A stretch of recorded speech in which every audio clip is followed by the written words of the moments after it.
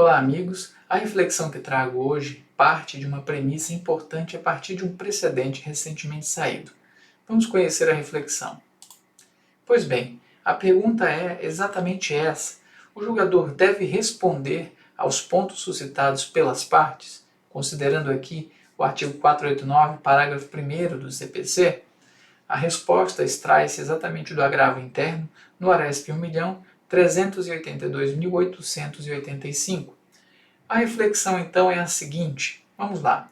A segunda turma do STJ, portanto, definiu que, conforme o entendimento pacífico desta Corte, o julgador não está obrigado a responder a todas as questões suscitadas pelas partes, quando já tenha encontrado motivo suficiente para proferir a decisão.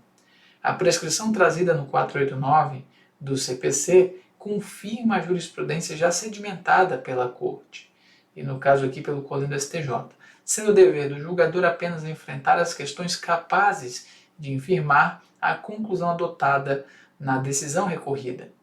O entendimento foi firmado, como disse agora há pouco, portanto, no agravo interno, no referido ARESP do ministro Francisco Falcão como relator. Pois bem, é exatamente nesse contexto, antes de continuarmos a reflexão, que quero destacar. O Código de Processo Civil, portanto, parte da premissa de que o julgador deve conhecer dos argumentos, portanto, trazidos pelas partes para enfrentar a questão e então solucionar o litígio.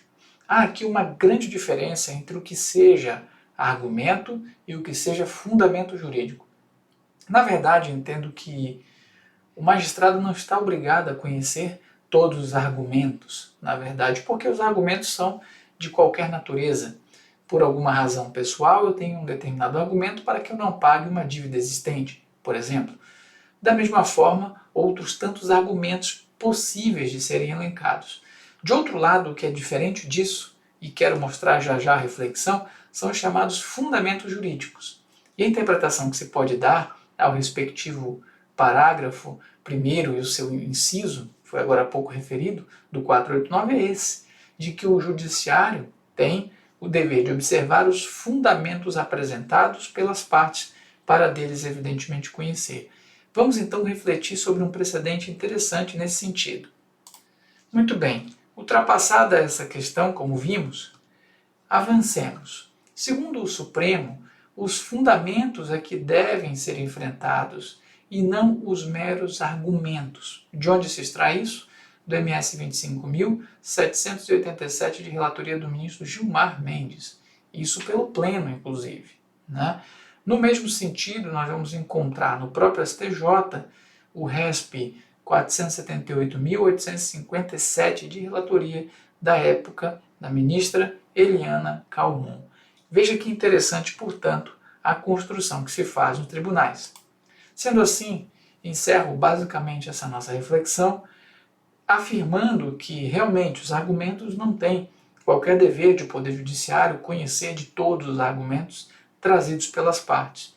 De outro lado, os fundamentos sim, porque são fundamentos jurídicos que devem ser conhecidos e, portanto, apreciados, como, por exemplo, a prescrição, a decadência, o pagamento, a novação e outros tantos institutos que fazem parte daquilo que nós chamamos, sim, de fundamentos jurídicos, que devem ser apreciados sob pena de nulidade.